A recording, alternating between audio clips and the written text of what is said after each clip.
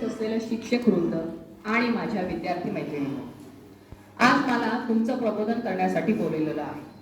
खरं म्हणजे तुम्ही तर स्मार्ट मुली आहेत. कशा? सर्वांकडे स्मार्टफोन आहेत ना? मोबाईल सर्वजणी वापरतात ना? नाही, काही तर वापरतात. मोबाईल कसा हँडल करतं हे माहिती आहे. म्हणजे ज्यांना स्मार्टफोन हँडल करता येतो त्या मुली स्मार्ट. बरोबर की नाही? बरोबर आहे.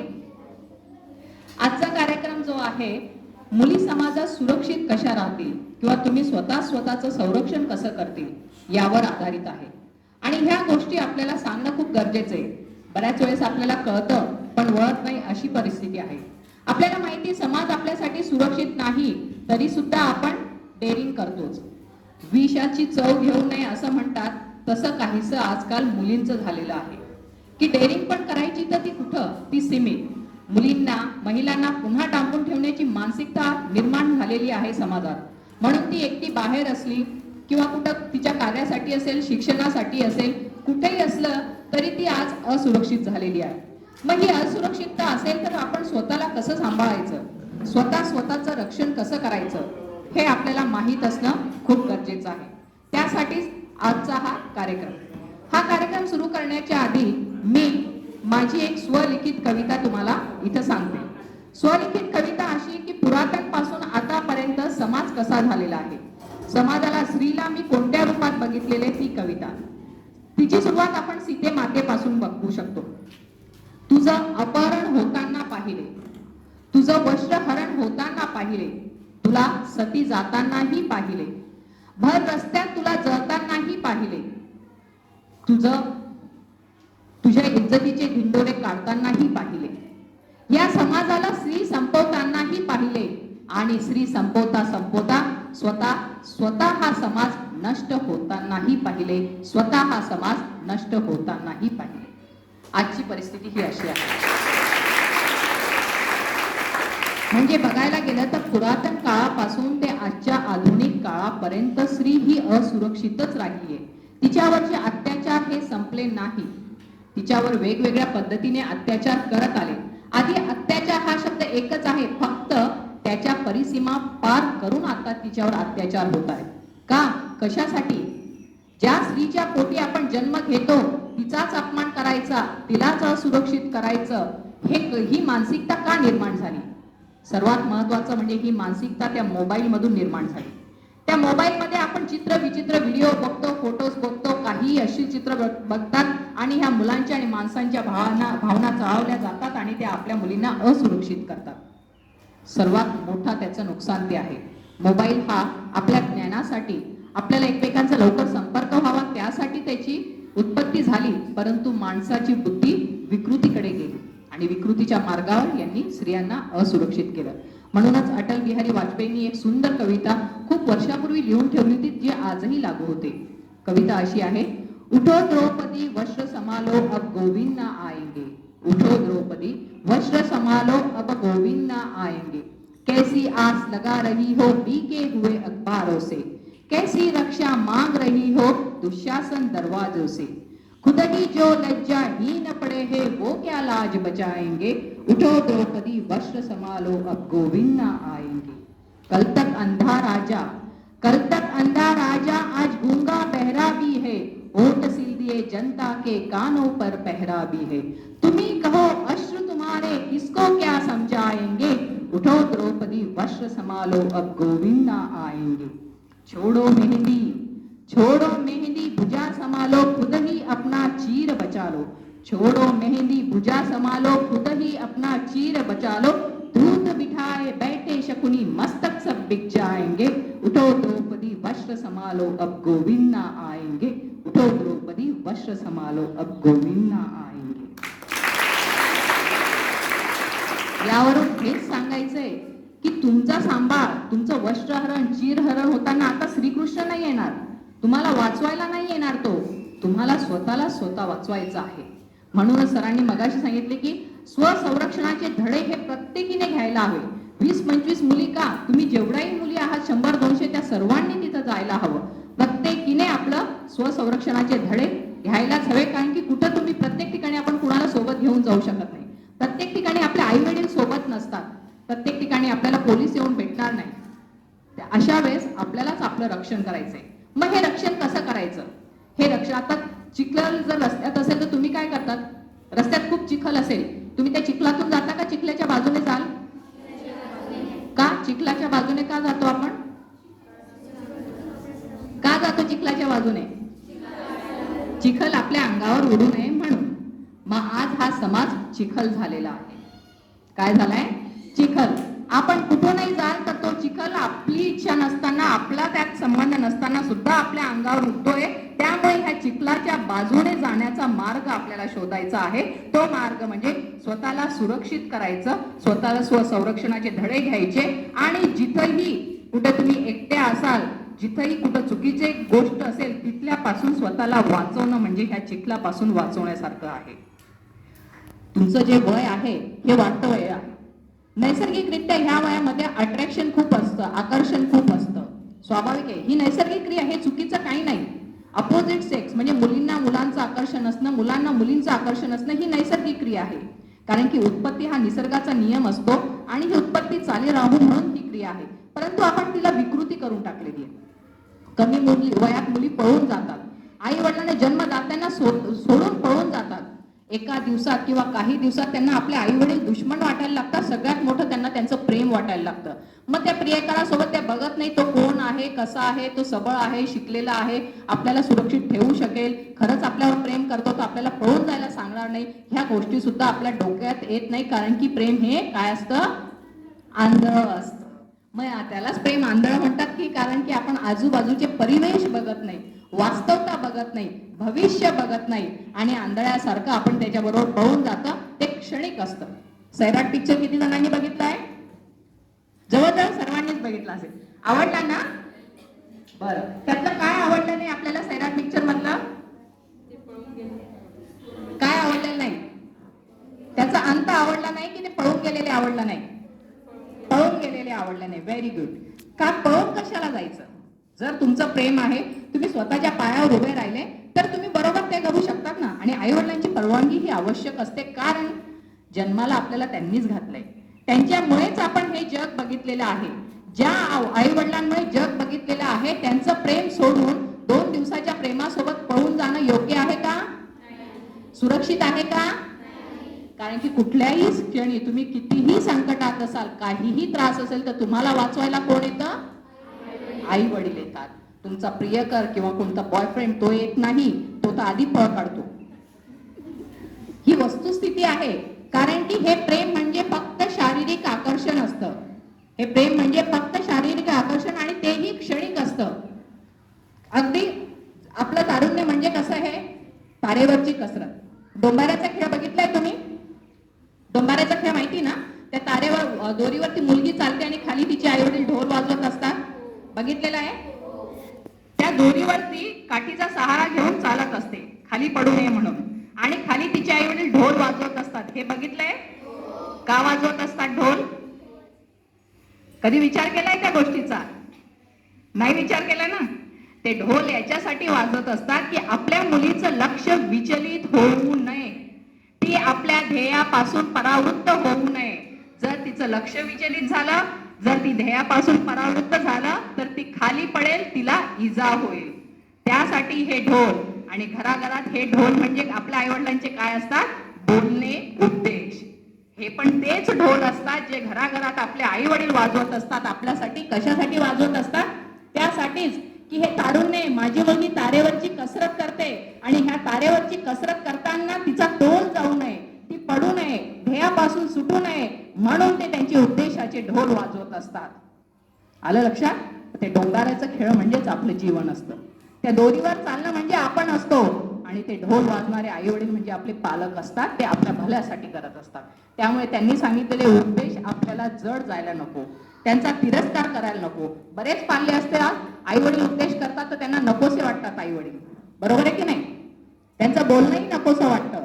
असं वाटतं की काय रोज रोज हे कटकट लावतायत. पण ते अनुभवाचे बोल असतात, तुम्हाला समाजात सुरक्षित ठेवण्यासाठीचे असतात. आपण कलकत्त्याची घटना सर्वांना माहिती आहे. काही दोष होता त्या मुलीचा? तिचा काहीच दोष नव्हता. परंतु समाजच एवढा विकृत झालेला आहे. ह्या विकृतीला ठेचण्यासाठी आपण काय करू शकतो माहिती आहे? आपल्या घरात भाऊ आहे, वडील आहेत, काका आहेत, चुलत भाऊ आहेत, यांच्या मनात आपण स्त्रीविषयी आदर निर्माण करण्याचं काम आपण करू शकतो. आपण येणारी पिढी आहे, आपल्या पोटी येणारे शिवबा आहेत, त्यांना शिवबा म्हणूनच घडवायचं, जो परस्त्रीचा सुद्धा आदर करायचा आणि साडी चोळीचा आहार देऊन तिच्या घरापर्यंत पोहोचवायचा. परंतु कधीही शिवबांनी, शिवाजी महाराजांनी किंवा त्यांच्या मावळ्यांनी स्त्रीच्या पदराला हात लावला नाही किंवा तिची इज्जतीचे कधीच दिंडोळे उडवले नाही, पण तिचं संरक्षणच केलं. त्याच मातीतले आपण आहोत. मग ती जिजाऊ असा शिवबा घडू शकते, असा शंभू राजा घडवू शकते, तर तुम्ही जिजाऊ नाही घडवू शकत का? घडवू शकतात की नाही? त्यामुळे तुम्ही हा पण घ्यायचा की आपल्या घरामध्ये आपले भाऊ असतील तर त्यांनाही सांगायचं की जशी तुझ्यासाठी मी बहीण आहे, तशी बाहेरची जी मुलगी असेल ती सुद्धा तुझ्यासाठी बहीणच आहे. स्त्रीविषयी आदर जर पुरुषांच्या मनात जर निर्माण होईल त्यावेळेस आपण सुरक्षित होऊ. आणि हा आदर निर्माण करण्याचं काम घराघरातून होणं खूप गरजेचं आहे. ही काळाची गरज झालेली आहे. आपल्याला जर सुरक्षित राहायचं आहे तर आपल्याला आपला आजूबाजूचा परिसर सुद्धा सुरक्षित ठेवणं गरजेचं असतं. एखादी रोपटं जर आपल्याला वाढवायचं असेल तर त्याच्या आजूबाजूचं तण आपण उपटून फेकतो की नाही? त्याची वाढ व्यवस्थित व्हावी असं आपल्याला वाटतं ना. मग हे अविचारांचे, वासनेचे तण जे आजूबाजूला समाजामध्ये सुरू झालेले आहे, वाढत आहे जोमाने, ते उपटण्याचं काम तुमचं आहे, तुमच्या मातांचं आहे, समाजातील प्रत्येक स्त्रीचं ते काम आहे. सुरुवात आपल्यापासून करायचं. मी त्यातली नाही म्हणून बाजूला सारायचं नाही. कारण की हे गुन्हे घडतात जे ते कलकत्त्यात किंवा बदलापूर किंवा आजूबाजूला नाही, ते आपल्या घरापर्यंत आहे, हे लक्षात ठेवा. फक्त त्या असुरक्षित नाही, तर प्रत्येक स्त्री ही असुरक्षित झाली आहे. तुम्ही बसमध्ये चढला तर तुम्हाला हात लावता मुद्दामून धक्का लावणारे माणसं तुम्हाला भेटतात. ही विचित्र मानसिकता आहे. हा स्पर्श तुम्ही ओळखायचा. तुमचे घरातले जरी असतील, बाहेरचे जरी असतील, काका असतील, वडील कोणी असेल, कारण नसताना पप्पी घेत असतील, मांडीवर हात ठेवत असतील, जवळ घेत असतील, मिठ्या मारत असतील, किती काका मामा जरी असला तरी दुरूनच बोलायचं. तो स्पर्श ओळखायचा. तो प्रेमाचा स्पर्श नसतो, तो वासनेचा स्पर्श असतो. तुमचे मित्र असतील, बसमध्ये चढणारा माणूस असेल, तुमचे शिक्षकही जरी असतील, तुम्हाला खूप आवडणारे असतील, तुमच्या डोक्यावरून पाठीवरून हात फिरवणारे असतील तर फिरू द्यायचा नाही, त्यांना दूर सारायला सांगायचं. अजिबात हात लावायचा नाही. सर जे सांगायचं ते दुरून सांगा. आणि असं जर तुम्हाला आढळत असेल आणि मुद्दाम कोणी सर काट खात असेल तर तुमची विशाखा समिती आहे, तिथे जाऊन तुम्ही सरळ तक्रार करायची. गुन्हा मोठा केव्हा होतो? जेव्हा अत्याचार ज्याच्यावर होतो तो सहन करत राहतो, त्यावेळेस गुन्हा मोठा होतो. वेळीच जर त्या गुन्ह्याला ठेचलं, त्याची ठिणगी असेल तेव्हाच जर तिला विजवली तर त्याचं रूपांतर मोठ्या ज्वाळेमध्ये होत नाही, लक्षात ठेवा. जर तुम्हाला सुरुवातीपासूनच कोणी त्रास देत असेल, सुरुवातीलाच ती तक्रार केली तर त्याचं रूपांतर मोठ्या गुन्ह्यात होणार नाही आणि तुम्ही सुरक्षित राहाल. कुठेही जाताना एकटीने फिरायचं नाही, जायचं असेल तर समूहाने जायचं. आपली मैत्रीण संकटात आहे म्हणून तिला सोडून जायचं नाही, तिच्यासाठी मदत लगेच मागवायची. ह्या गोष्टी तुम्ही लक्षात ठेवा. तात्विक मतभेद, भांडण, कट्टीपट्टी असली तरी ती एक स्त्री आहे, तिला मदत करणं माझं काम आहे, हे मनामध्ये तुम्ही ठाम ठेवायचं.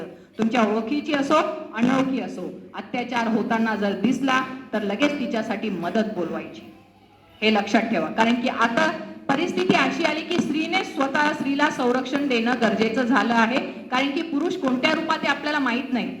त्याच्या मनामध्ये, त्याच्या डोळ्यात कोणती वासना आहे, कोणती विकृती जन्म घेते आपण ओळखू शकत नाही. त्यामुळे स्त्रीने स्त्रीचं संरक्षण करायचं ठरवा. झाशीची राणी बना. तिने तर आपला प्रदेश जिंकण्यासाठी काय काय केलं, कुणासाठी केलं? येणाऱ्या पिढीसाठी. स्वार्थ होता का तिचा? तिचा स्वार्थ नव्हता. ती जर सरेंडर झाली असती तर छान आरामात आयुष्य काढलं असतं, पण नाही. मेरी झाशी नाही दूंगी म्हणजे तिला तिच्या समाजाचं, येणाऱ्या पिढींची काळजी होती की इंग्रजांच्या गुलामीत मला माझा समाज ढकलायचा नाहीये. ही लोक मोठा विचार करतात आणि आपण फक्त आपल्या पुरता विचार करतो. आज परिस्थिती आहे फक्त आपल्या पुरता नाही, संपूर्ण स्त्रियांसाठी आपल्याला विचार करायचा आहे. सर्व स्त्रियांच्या संरक्षणाचा आपल्याला विचार करायचा आहे. त्यामुळे कुठेही अशी विकृती जर तुम्हाला दिसत असेल तर वेळीच त्याची तक्रार करायची. सहन करायचं नाही. चुकीची कुठलीच गोष्ट सहन करायची नाही. नियमात राहणं हे कधीही आपल्यासाठी चांगलं आहे. रात्री अपरात्री एकटं फिरणं, भांडणं झाले, बऱ्याच वेळेस आपण बघतो की आई वडिलांनी रागवलं म्हणून ट्रेनमध्ये मुली निघून जातात. कोणाच्या आधारावर निघतात? जर ट्रेनमध्ये निघून गेलं, कोणाच्या हाती सापडलं तर देह विक्रेत्याचे वेश्या व्यवसायाला त्यांना विकून टाकतात. इतकी भयंकर परिस्थिती, याची जाणीव मुलींना नसते. आपलं घर आपल्यासाठी सुरक्षित आहे. महाभारत रामायण किती जण वाचतात? किती जणांनी वाचलंय? वाचलं नसेल तर वाचा. महाभारत रामायण ह्या दंतकथा नाहीये, नाहीये, आयुष्यभराची शिकवण देणाऱ्या कथा आहे. म्हणूनच तिथे लक्ष्मण रेषा आखून दिली होती सीतेसाठी लक्ष्मणाने. ही लक्ष्मण रेषा प्रत्येक मुलीने आपल्या मनात आखायची. ती लक्ष्मण रेषा काय होती की ह्या चौकटीच्या बाहेर जर तू पडली तर तू असुरक्षित आहेस असं तो बजावून गेला होता. परंतु तिने लक्ष्मण रेषा पार केली आणि तिचं अपहरण झालं. म्हणूनच प्रत्येक मुलीने आपल्या लक्ष्मण रेषा स्वतः आखून घ्यायच्या की असुरक्षितता जिथं असेल ती आपल्याला लक्ष्मण रेषा आहे आपली. हे त्यावेळेस महाभारतातून आजच्या पिढीला सांगण्यासारखं आहे. द्रौपदीचं काय होतं, भर दरबारात आणि तिच्या आप्त स्वकीयांमध्ये तिचं चीरहरण झालं होतं. म्हणून त्यातून आपल्याला काय शिकायचंय हे तेवढ्या पुरता महाभारतात पर्यंत सीमित नाही. ते आजही सांगायचं की आज परिस्थिती आहे की तुम्ही तुमच्या स्वकीयांमध्ये सुद्धा असुरक्षित आहात. त्यामुळे आपल्या लोकांमध्ये राहतानाही तुम्ही त्यांचा स्पर्श ओळखा. तो बॅड टच आहे का गुड टच आहे हे ओळखा. त्यांचे हात लागतायत ते वासनेने आहे का प्रेमाने आहे हे ओळखा. म्हणजे तुमचं द्रौपदीसारखं चीरहरण होणार नाही. हेच महाभारत रामायण सांगतं. ही शिकवण आपण शिकायला पाहिजे. आपले हे ध्येय आहे, आपले जे उद्दिष्ट आहे ते गाठण्यासाठी आपल्याला स्वतःला काही लक्ष्मण रेषा घालणं गरजेचं आहे. उद्दिष्ट आपल्याला जर न्यायचं असेल उद्दिष्टापर्यंत तर सुरक्षित राहणं गरजेचं आहे. मग सुरक्षितता कशी, तुमच्या आरोग्यातून तुम्ही स्वतःला कसं प्रोटेक्ट करू शकतात आणि स्वतःला काय नियम घालतात, वडीलधाऱ्यांचा काय रिस्पेक्ट करतात याच्यावर तुमची सुरक्षितता अवलंबून असते. स्वसंरक्षणाचे तर धडे दिले, परंतु तुम्ही त्याबद्दल तुमचं आरोग्य, तुम्ही जर सशक्त असाल तर दोन हात करायलाही काही मागे पुढे बघत नाही. त्यामुळे आरोग्यासाठी तुम्हाला तसा सकस आहार खाणं गरजेचं असतं. आरोग्याबरोबरच संरक्षण आणि ताकद येणं खूप गरजेचं आहे, तेव्हाच तुम्ही सुरक्षित व्हा. आजपासून एक गोष्ट मॅडम मी तुम्हाला सांगते की तुम्ही मुलं, तुमच्या कॉलेजमध्ये मुलं असो मुली असो, त्यांना 2 वेळेस एक प्रार्थना कंपल्सरी म्हणायला लावा. या प्रार्थना तुम्हाला असं वाटतं की हे आमच्याकडून काय वदवून घेतात, पण जी गोष्ट आपल्याकडून वदवून घेतली जाते ती आपल्या मनात कुठेतरी घर करते आणि आपलं आचरण बरोबर तसं होतं. ही शिकवण अशी ठेवायची, रोज त्यांना शाळेत आल्यावर प्रार्थनांतर शिकवण द्यायची की मी माझ्या वडीलधाऱ्या लोकांचा आणि आई वडिलांचा नेहमी आदर करेन. त्यांनी सांगितलेले उद्देश मी नेहमी आचरणात आणेन. ते सर्व माझ्या संरक्षणासाठी आणि सुरक्षिततेसाठी आहे. मुलांसाठी द्यायचं की मी नेहमी परस्त्रीला किंवा मुलीला माते समान, बहिणी समानच बघणार. त्यांच्याबद्दल मी नेहमी आदरच ठेवणार. माझ्या मनात त्यांच्याबद्दल कुठलीही वाईट भावना येणार नाही. या गोष्टी जर तुम्ही दिवसातून 2 वेळेस म्हणून घेतल्या, नकळत तुम्हाला याचा असर काही दिवसात बरोबर दिसायला लागेल. मुलांच्या मनामध्ये स्त्रीविषयी नक्कीच आदर निर्माण होईल आणि होतोच. जी गोष्ट वारंवार आपल्या मनात ठासवली जाते त्यानुसार आपली वागणूक होत जाते. मुलींनी पण हे ठास घेऊन घ्यायचं की आई वडिलांच्या मनाविरुद्ध मी कुठलीही गोष्ट करणार नाही. माझं ध्येय जोपर्यंत गाठलं जात नाही तोपर्यंत प्रेम प्रकरण वगैरे अशा गोष्टींच्या, फालतू गोष्टींच्या मी मागे जाणार नाही. मला जेही करायचं आहे ते माझ्या भविष्यासाठी आणि माझ्या कुटुंबाच्या भविष्यासाठीच करायचं आहे आणि ते चांगलं सत्कर्म माझ्या हातून घडणार. हे रोज तुम्ही प्रार्थना म्हणायची. सकाळी शाळेतून प्रार्थना म्हणायची, शाळेतून जाण्याच्या आधी सुद्धा म्हणायची. कंपल्सरी 2 वेळेस मुलांमधून मॅडम हे म्हणूनच घ्या. तुम्हाला याचा असर एक 4-6 महिन्यामध्ये खूप चांगला दिसतो. समाजाची मानसिकता बदलते. कारण की आपण बघतो मोबाईलच्या वापराने समाजाची मानसिकता किती बदललेली आहे. मग ही प्रार्थना 2 वेळेस म्हटल्यावर मानसिकता बदलणार नाही का? जेव्हा आपण स्वतःच्या मनाला हे सांगतो त्यावेळेसच दुसऱ्याविषयी तसं वागू शकतो. आधी केले मग सांगितल्याप्रमाणे आधी आचरण करा, मग दुसऱ्यांना सल्ला द्या.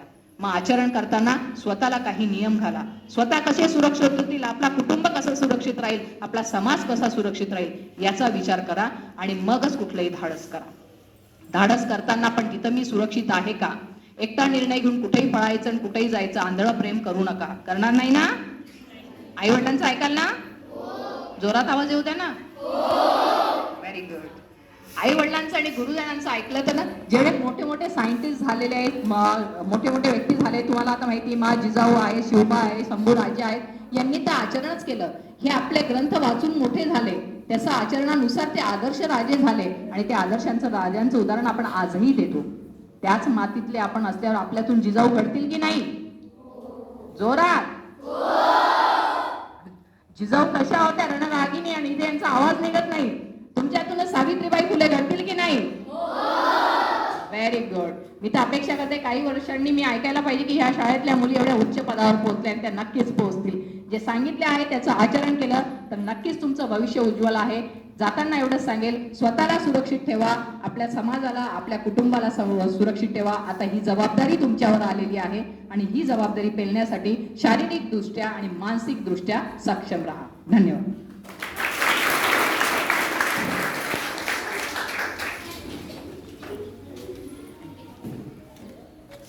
क्लोज करा.